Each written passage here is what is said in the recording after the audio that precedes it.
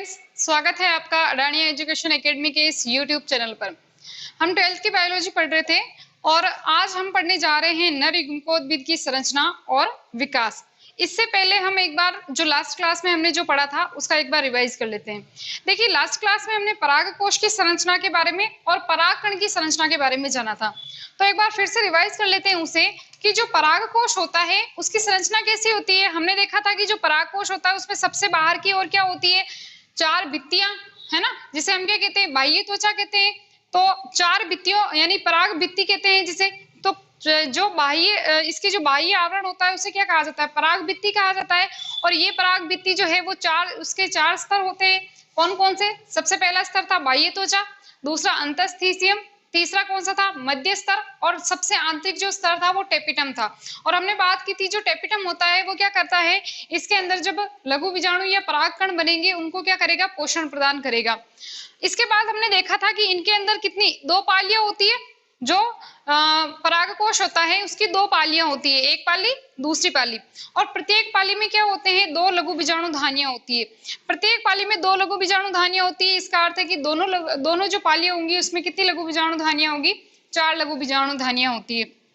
इन लघु बीजाणु धानियों में क्या होता है, इनमें लघु बीजाणु का निर्माण होता है। कैसे होता है, तो हमने देखा था कि ये जो लघु बीजाणु धानियां होती है इनमें क्या होता है, लघु बीजाणु मात्र कोशिका होती है और उनमें अर्धसूत्री विभाजन के द्वारा किसका निर्माण होता है, तो उनमें अर्धसूत्री विभाजन के द्वारा चार लघु बीजाणु, कितने, चार लघु बीजाणु। और कौन सी अवस्था में, एन, क्योंकि इनमें अर्धसूत्री विभाजन हो रहा है तो यहाँ पर यानी कि अगुणित चार लघु बीजाणुओं का निर्माण होता है।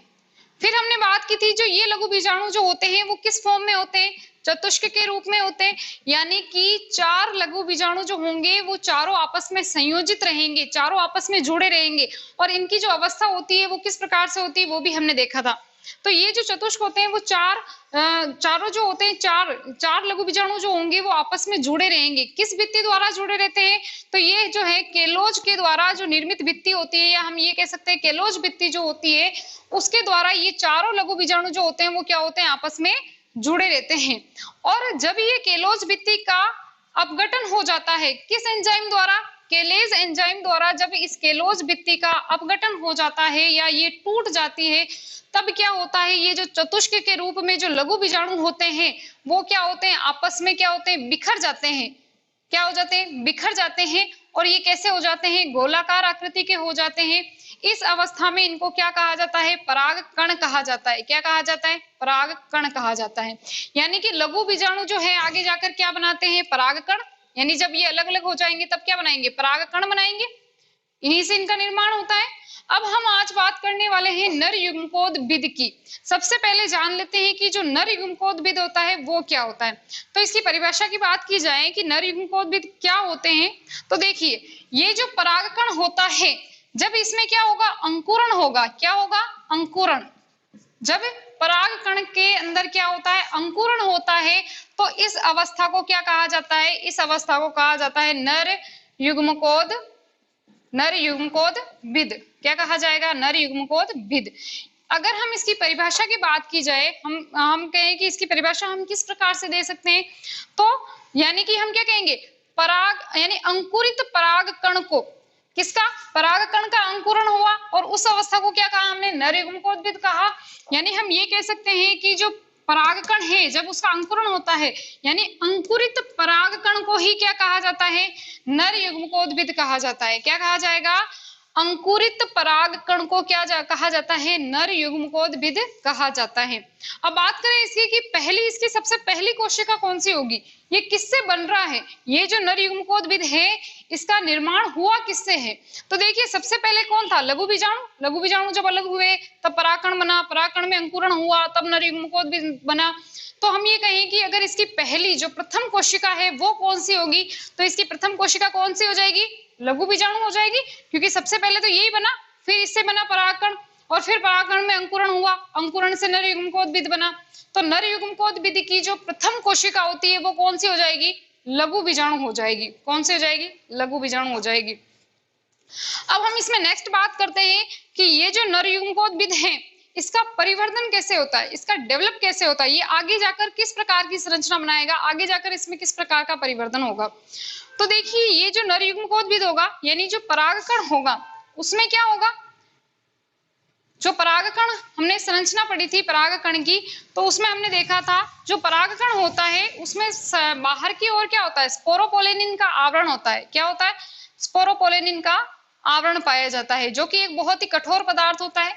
और जहां पर ये स्पोरोपोलेनिन नहीं होता है, जहां जहां पर ये स्पोरोपोलेनिन नहीं होता है वहां पर एक छिद्र होता है जिसे हम क्या कहते हैं, जनन छिद्र कहते हैं, जनन छिद्र, जनन छिद्र कहेंगे। और ये जो स्पोरोपोलेनिन का आवरण है ये कहाँ होता है, तो ये बाह्य चोल पर होता है, बाह्य चोल पर। बाह्य चोल किसकी बनी होती है, स्पोरोपोलेनिन की बनी होती है। और इस बाह्य चोल के अंदर एक और आवरण पाया जाता है जिसे क्या कहा जाता है, अंतःचोल कहा जाता है। क्या कहा जाएगा, अंतःचोल। और ये जो अंतःचोल होता है वो किसका बना होता है, तो हमने बात की थी ये जो अंतःचोल होता है वो सेलुलोज, सेलुलोज और किसका बना होता है, पेक्टिन का बना होता है। किसका बना होगा, ये पेक्टिन का बना होगा, सेलुलोज और पेक्टिन का बना होता है। अब ये जो परागकण होगा इसमें क्या होगा, अंकुरण, अंकुरण से नर युग्मकोद्भिद बनेगा। तो अभी यहाँ पर देखिए जब ये लघु बीजाणु से जब ये अलग हो जाते हैं, जब परागकण क्या होंगे, चतुष्क के रूप में जब लघु बीजाणु थे उनसे जब ये अलग हो जाएंगे तो इनकी जो आकार होगा, इनका आकार क्या होगा, अचानक से बढ़ जाएगा। देखिए जैसे कि माना कि ये जो लघु बीजाणु है ये चतुष्क रूप में थे, फिर ये अलग होंगे तो क्या बनाएंगे, परागकण। अब ये जो लघु बीजाणु थे वो तो क्या थे, आकार में छोटे, और जब परागकण बनेगा तो इनका आकार क्या हो जाएगा, बड़ा हो जाएगा। इनका आकार कैसा हो जाएगा, इस परागकण का आकार कैसा हो जाएगा, बड़ा हो जाएगा। अब यहाँ पर देखिए इसका अगर आकार बड़ा हो गया है तो इसके अंदर जितना भी कोशिका द्रव्य होगा वो क्या हो जाएगा, परिधि की ओर चला जाएगा। कहाँ चला जाएगा, इस परिधि की ओर चला जाएगा और इस प्रकार से झिल्ली नुमा संरचना बनाएगा। और इसके अंदर क्या होगा, इस प्रकार से कुछ खाली स्थान दिखाई देंगे, कुछ खाली स्थान दिखाई देंगे जिसे क्या कहेंगे, रसधानियां। क्या कहेंगे, रसधानियां, रसधानियां। यानी कि इसके अंदर किसका निर्माण होगा, अब रसधानियों का निर्माण होगा। और ये कैसा होगा, आकार में बड़ा होगा, इनमें रसधानियों का निर्माण हो जाएगा। और जो इसका कोशिका द्रव्य था वो परिधि की होकर जाकर एक झिल्ली का निर्माण करेगा। क्या करेगा, झिल्ली का निर्माण करेगा। अब यहाँ तक हुई बात कि नर युग्मकोद्भिद कैसा होता है, इसकी संरचना कैसी होती है। अब हम पढ़ेंगे इसके डेवलप के बारे में कि इसका जो परिवर्तन होता है वो किस प्रकार से होता है। तो देखिए इसका जो परिवर्तन होगा, जो नर युग्मकोद्भिद है उसका जो परिवर्तन होगा वो दो चरणों में होगा। दो चरण कौन से हो जाएंगे, तो देखिए एक चरण होगा परागण से पूर्व और दूसरा चरण होगा परागण से पश्चात। एक चरण तो होगा परागण से पहले और दूसरा चरण क्या हो जाएगा, परागण के बाद। तो पहले हम बात करते हैं कि परागण जो है वो क्या संरचना है या परागण किसे कहते हैं। तो हमने जब पुष्प का आंतरिक संरचना पढ़ी थी, पुष्प की जब हमने आंतरिक संरचना पढ़ी थी तब उसमें हमने दो संरचनाएं पढ़ी थी, एक तो नर जननांग और एक मादा जननांग। जो नर जननांग होता है वो कौन होता है, पुंकेसर होता है, पुंकेसर होता है। और जो मादा जननांग होता है वो कौन होती है, तो मादा जननांग जो होती है वो कौन होती है, जायक जिसे कहते हैं हम, या हम क्या कहते हैं, स्त्री केसर जिसे कहते हैं। जो पुंकेसर होता है उसमें हमने दो पार्ट पढ़े थे, एक तो होता है पुतंतु, पुतंतु, और दूसरा हमने क्या पढ़ा था, परागकोश, परागकोश, परागकोश के हमने पढ़ा था। और हमने ये देखा था कि जो परागकोश होता है वो द्विपाली संरचना होती है और इसमें किसका निर्माण होता है, इसमें निर्माण होता है परागकण का। किसका निर्माण होता है, परागकण का। और ये जो संरचना होती है ये किसकी संरचना है, स्त्रीकेसर की संरचना है, ये जायांग की संरचना है, जिसमें सबसे ऊपर की ओर जो ये संरचना है ना, इसको हम क्या कहते हैं, वर्तिकाग्र कहते हैं, वर्तिकाग्र।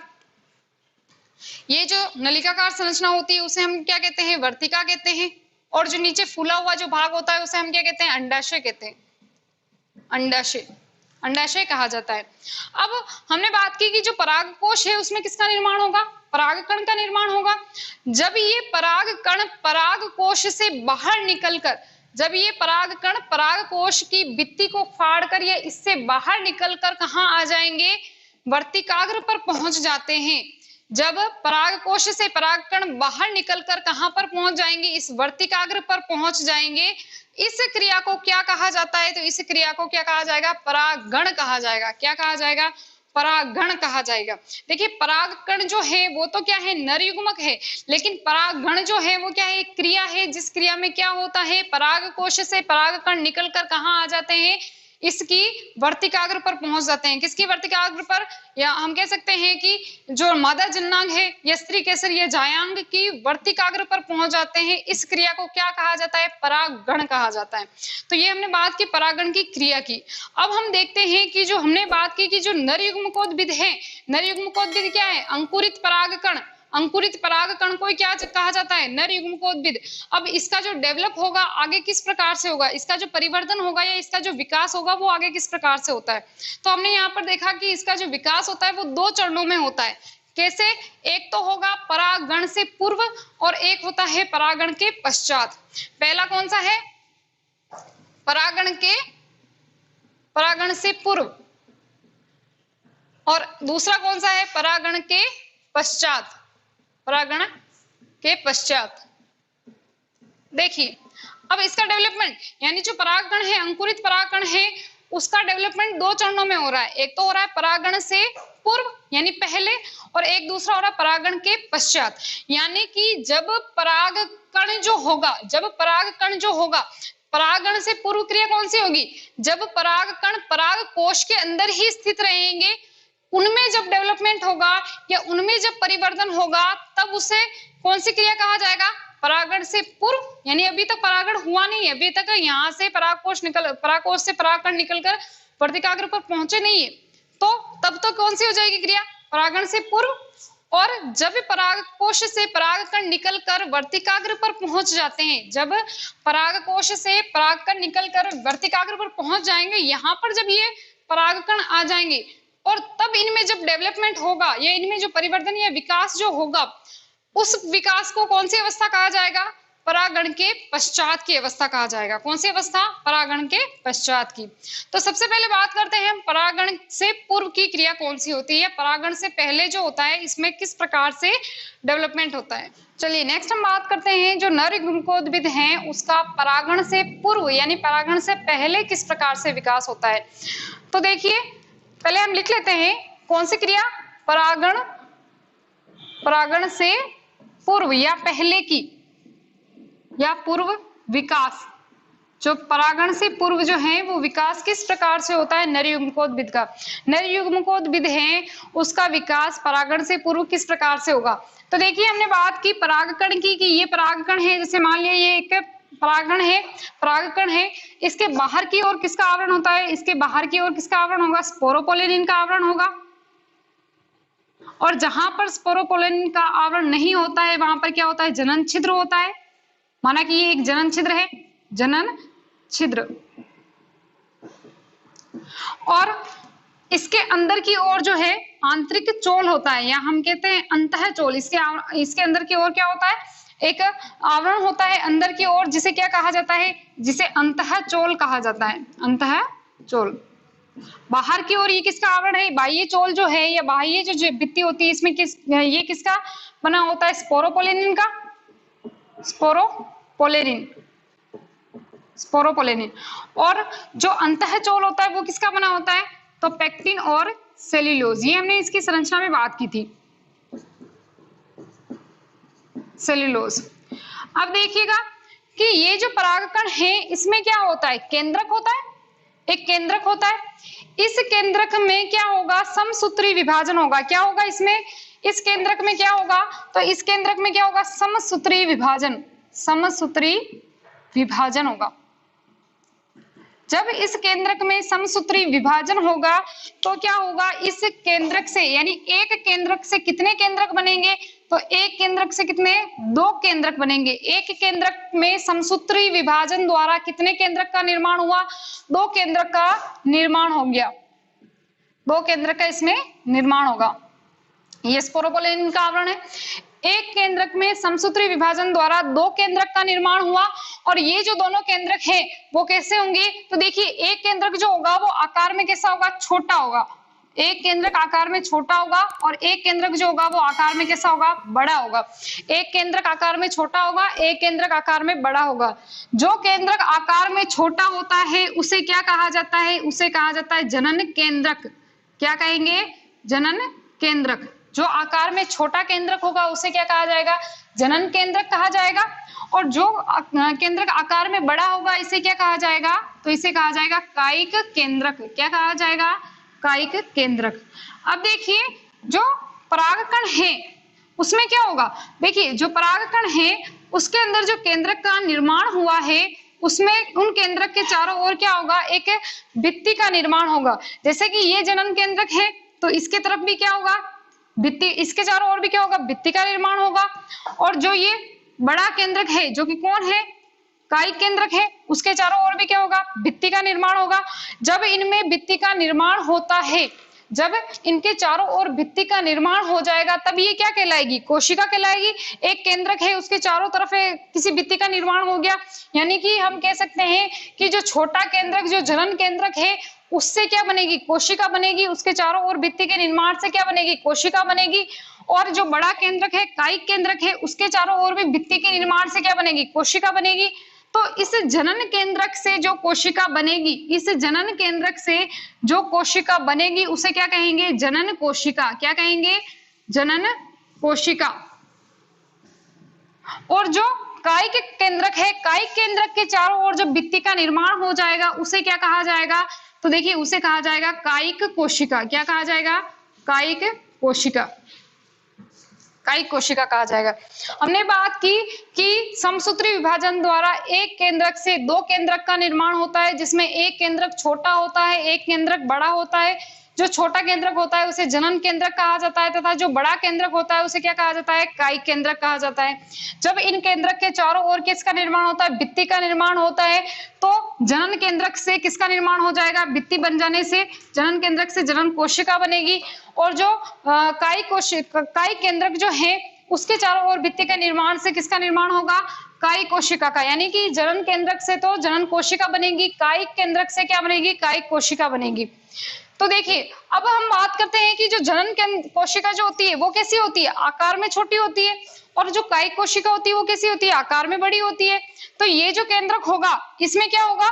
देखिए ये जो केंद्रक होता है वो पहले किससे जुड़ा होता है? तो देखिए पहले जो है ये जो है वो इसकी भित्ति द्वारा पराग कोश की या पराग कण की जो भित्ति होती है इससे ये जुड़ा रहता है।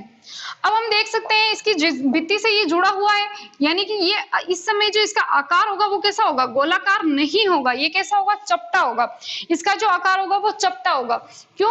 क्योंकि इसमें ये इस तरह से इसके भित्ति का जब निर्माण होगा तो ये पूरी तरह से भित्ति नहीं बनी है, तो अब इसका जो आकार होगा वो कैसा होगा? चपटा होगा। और इसका जो आकार होगा वो गोलाकार ही रहेगा। अब हम नेक्स्ट बात करते हैं कि जब ये इसकी जो भित्ति है वो पूरी तरह से बन जाएगी, यानी इसके चारों ओर जब ये भित्ति बन जाएगी तो ये क्या हो जाएगा? इससे अलग हो जाएगा। पहले ये किससे जुड़ा हुआ था? पहले जो ये जनन केंद्रक है या जनन कोशिका जो है वो किससे जुड़ी हुई थी? या जनन केंद्रक जो है वो किससे जुड़ा हुआ था? तो ये जुड़ा हुआ था परागकण की भित्ति के द्वारा। लेकिन जब इसमें पूरी तरह से कोशिका भित्ति का निर्माण हो जाएगा तब ये क्या हो जाएगा? इससे अलग हो जाएगा। और अलग होने पर ये क्या करेगा? जो कायिक कोशिका होगी इसकी तरफ ये गति करेगा। क्या करेगा? इसकी तरफ ये गति करेगा। अब हम एक एक के बारे में जान लेते हैं कि जो जनन कोशिका होती है वो किस प्रकार से होती है, कायिक कोशिका जो होती है वो किस प्रकार से होती है। हमने ये बात तो जान ली है कि जो जनन कोशिका होगी वो कैसी होगी? छोटी होगी, आकार में कैसी होगी? छोटी होगी। और जो कायिक कोशिका होती है वो कैसी होती है? आकार में बड़ी कोशिका होती है, बड़ी कोशिका होती है। जो जनन कोशिका होती है उसका आकार पहले कैसा होता है? लेंस के समान होता है, छोटा होता है ना। और ये जो आकार होगा इसका इसका जो केंद्रक होगा, सर्वप्रथम इसका जो केंद्रक होगा वो तो कैसा होगा? वो तो चपटा होगा, लेकिन बाद में ये कैसा हो जाएगा? गोलाकार हो जाएगा, बड़ा हो जाएगा। अब हम बात करते हैं इन दोनों के कंपैरिजन की। जो जनन कोशिका है और जो कायिक कोशिका है इसमें क्या होते हैं? कुछ पदार्थ होते हैं। क्या होते हैं? आरएनए और प्रोटीन, इस प्रकार से कुछ पदार्थ पाए जाते हैं। तो ये इसके अंदर डीएनए जो होगा, डीएनए भी होता है, डीएनए, आरएनए और प्रोटीन। तो देखिए अब हम बात करते हैं डीएनए की। तो जो डीएनए होगा वो तो इन दोनों में कैसा होगा? वो इन दोनों में समान ही होगा। लेकिन जो आरएनए होता है उसकी मात्रा जो होती है वो कैसी होती है? कायिक कोशिका में अधिक होती है। कायिक कोशिका में आरएनए की मात्रा अधिक होती है, जबकि जनन कोशिका जो होगी उसमें आरएनए की मात्रा कैसी हो जाएगी? कम हो जाएगी। क्यों हो जाएगी? क्योंकि जो कायिक कोशिका है, हम जानते हैं कि कायिक कोशिका का आकार बड़ा है, कायिक कोशिका क्या है, आकार में बड़ी है। इसका अर्थ है कि इसके अंदर जो जितना भी द्रव्य होगा, कोशिका द्रव्य जो होगा वो भी कैसा होगा, अधिक होगा। और इसी वजह से आरएनए भी क्या होता है इसके अंदर, अधिक होता है। ठीक है, लेकिन जो जनन कोशिका होती है उसमें इसका आकार, जो जनन कोशिका है उसका आकार कैसा होता है, छोटा होता है, जिसकी वजह से इसके अंदर जो कोशिका द्रव्य होता है वो भी कैसा होता है, कम होता है। और कम होने की वजह से आरएनए की मात्रा भी जो है इसके अंदर कैसे होगी, कम हो जाएगी। ठीक है, अब नेक्स्ट हम बात करें इसके कार्य की। तो देखिए जो कायिक कोशिका होती है वो क्या कार्य करती है, तो ये कायिक कोशिका क्या करेगी, जब परागण हो जाएगा, परागण की क्रिया जब हो जाएगी, और तब क्या होगा कि इस पराग कोश से, इस पराग कण से ये क्या करेगी, पराग नली का निर्माण करेगी। इस प्रकार से एक नली होती है जो बीजांड द्वार में प्रवेश करती है। हम पढ़ेंगे आगे बीजांड जो है उसकी संरचना कैसे होती है, बीजांड किस प्रकार से होता है। तो ये जो पराग कण है उससे इसका किसका निर्माण करेगी, ये उससे पराग नलिका का निर्माण करेगी। इसे हम क्या कहते हैं, जनन नलिका भी कहते हैं। तो कायिक कोशिका का कार्य क्या है, कायिक कोशिका का कार्य ये है कि ये पराग कण से क्या करेगी, पराग नलिका का निर्माण करेगी। ठीक है, लेकिन ये जो बात है, ये जो हमने बात कही कि हमने जो ये पढ़ा कि ये जिससे पराग नलिका का जो निर्माण होता है, ये इसकी पुष्टि अभी तक नहीं हुई है। क्यों नहीं हुई है, कभी कभी ऐसा होता है कि पराग नलिका के निर्माण से पहले ही जो कायिक कोशिका होती है वो नष्ट हो जाती है, इसलिए हम ये नहीं कह सकते हैं कि इसी से इसका निर्माण होता है। लेकिन कुछ वैज्ञानिकों का मानना ये है कि जो कायिक कोशिका जो होती है उसी से इसका निर्माण होता है, पराग नलिका का निर्माण होता है। जबकि जो जनन कोशिका होगी उसमें क्या होगा, देखिए जनन कोशिका से नर युग्मकों का निर्माण होगा। किसका निर्माण होगा, तो जनन कोशिका से नर युग्मक का निर्माण होता है। किस प्रकार से होता है वो अभी हम पढ़ेंगे कि किस प्रकार से इनका नर युग्मक का निर्माण होता है। ठीक है, तो ये बात की हमने जनन कोशिका और कायिक कोशिका की। चलिए नेक्स्ट हम पढ़ते हैं परागण के बाद की क्रिया। परागण हो गया, इसका अर्थ क्या है कि जो पराग कोश है उससे परागकण निकलकर कहां पर आ गए, परागकण निकलकर वर्तिकाग्र पर, जो स्त्री केसर है, ये जो जायंग है उसके वर्तिकाग्र पर परागकण पहुंच गए। यानी अब ये क्या हो गई, परागण के बाद की क्रिया हो गई। इस क्रिया में हम क्या पढ़ने वाले हैं, इस क्रिया में हम नर युग्मकों का निर्माण, यानी नर युग्मकों का निर्माण किस प्रकार से होता है वो पढ़ने वाले हैं। पहले हम बात कर लेते हैं कि जब हम परागण पूर्व क्रिया पढ़ी हमने अभी भी, उसमें हमने क्या देखा कि परागकण जो होता है उसमें एक केंद्रक से समसूत्री विभाजन द्वारा दो केंद्रकों का निर्माण होता है, एक जनन केंद्र और दूसरा होता है कायिक केंद्र। जो जनन केंद्र होता है उससे जनन कोशिका, और जो कायिक केंद्र होता है उससे कायिक कोशिका का निर्माण होता है। और ये कायिक कोशिका क्या करती है, देखिए कायिक कोशिका जो होगी वो क्या करेगी, जब ये परागकण जब ये यहाँ पर पहुंच जाएगा वर्तिकाग्र पर, तब इसमें जो कायिक कोशिका होगी वो क्या करेगी, इसमें पराग नलिका का निर्माण करेगी। क्या करेगी, पराग नलिका का निर्माण करेगी। और ये पराग नलिका कहाँ पर पहुंचेगी, किसमें प्रवेश करेगी, तो ये पराग नलिका जो अंडाशय होता है उसमें जो बीजांड होता है उसमें ये प्रवेश करती है। जो पराग नलिका होगी वो बीजांड में प्रवेश करती है। दूसरा हमने जनन कोशिका, या हमने कहा था कि जो जनन केंद्रक होता है वो कैसा होता है, आकार में छोटा होता है। अब यहाँ पर क्या होगा, देखिएगा कि जब पराग कण जो है वो वर्तिकाग्र पर पहुंच जाएगा, तब क्या होगा, ये जनन कोशिका जो है वो पराग नलिका में आ जाएगी। जनन कोशिका क्या करेगी, पराग नलिका में आ जाएगी। और इसमें क्या होगा, समसूत्री विभाजन होगा, समसूत्री विभाजन। जब इसमें समसूत्री विभाजन होगा तब यहाँ पर क्या होगा, एक केंद्रक से दो केंद्रक बन जाएंगे। कितने, दो केंद्रक बन जाएंगे। और ये दोनों केंद्रक को, ये जो दोनों केंद्रक है उन्हें हम क्या कहेंगे, नर युग्मक। क्या कहेंगे, नर युग्मक कहेंगे। जो दोनों केंद्रक हैं, जनन कोशिका से समसूत्री विभाजन द्वारा दो केंद्रकों का निर्माण होगा। वो दोनों केंद्रकों का निर्माण कहाँ पर हो रहा है, पराग नलिका में हो रहा है। और इनको हम क्या कहते हैं, नर युग्मक कहते हैं। यानी हमने ये बात की जो जनन केंद्रक है वो पराग नलिका में आएंगे, और जो जनन कोशिका या जनन केंद्र जिसे हम कह सकते हैं वो पराग नलिका में आएंगे, और उससे समसूत्री विभाजन द्वारा दो केंद्रकों का निर्माण होगा। और दोनों केंद्रकों को हम क्या कहेंगे, नर युग्मक कहेंगे। लेकिन कुछ ऐसे पादप है जिनमें क्या होता है कि जब परागण हो जाता है और जब परागकण यहाँ पर पहुंच जाता है, उसी समय बिना पराग नली यानी पराग नली के निर्माण से पहले ही यहाँ पर क्या होगा, जो जनन केंद्रक होगा, जनन कोशिका या जो जनन केंद्रक होगा उसमें समसूत्री विभाजन द्वारा दो केंद्रकों का निर्माण हो जाता है। यानी कि ये जो नर युग्मक है वो क्या, कहाँ पर उनका निर्माण होगा, परागण के पश्चात, यानी बिल्कुल उसके बाद में यहीं पर इनका निर्माण हो जाता है। कुछ ऐसे पादप होते हैं, कौन कौन से, अगर हम इसके एग्जाम्पल की बात करें, उदाहरण की बात करें, तो कौन कौन से हो जाएंगे। एक होता है बंदरबाटी और कुल्फा। यानी कि ये ऐसे पादप हैं जिनमें क्या होगा कि जो जनन कोशिका है उनके अंदर विभाजन द्वारा जो केंद्रक का निर्माण होगा वो कहां पर होगा, परागण के पश्चात, जस्ट बिल्कुल बाद में, लेकिन कहां पर, उसी पराग कण के अंदर ही हो जाएगा इनका निर्माण। जबकि दूसरे जो पादप होंगे उसमें क्या होगा, पहले पराग नलिका बनेगी, फिर ये जनन केंद्र की जनन कोशिका जो होगी वो इस पराग नलिका में आएगी और उसके बाद में जो है इनका विभाजन होगा, समसूत्री विभाजन होगा तथा दो केंद्रक का निर्माण होगा। तो ये हमने बात की नर युग्मकों का निर्माण किस प्रकार से होता है और परागण की जो प्रक्रिया होती है वो किस प्रकार से होती है। अब हम नेक्स्ट क्लास में हम पढ़ेंगे कि ये जो नर युग्मक है वो कहाँ पहुंचेंगे, बीजांड में पहुंचेंगे। इससे पहले बीजांड की संरचना को हम देखेंगे कि जो बीजांड होता है उसकी संरचना किस प्रकार की होती है, उसमें उसके कार्य क्या क्या होते हैं। तो आज की क्लास यहीं तक। Thank you.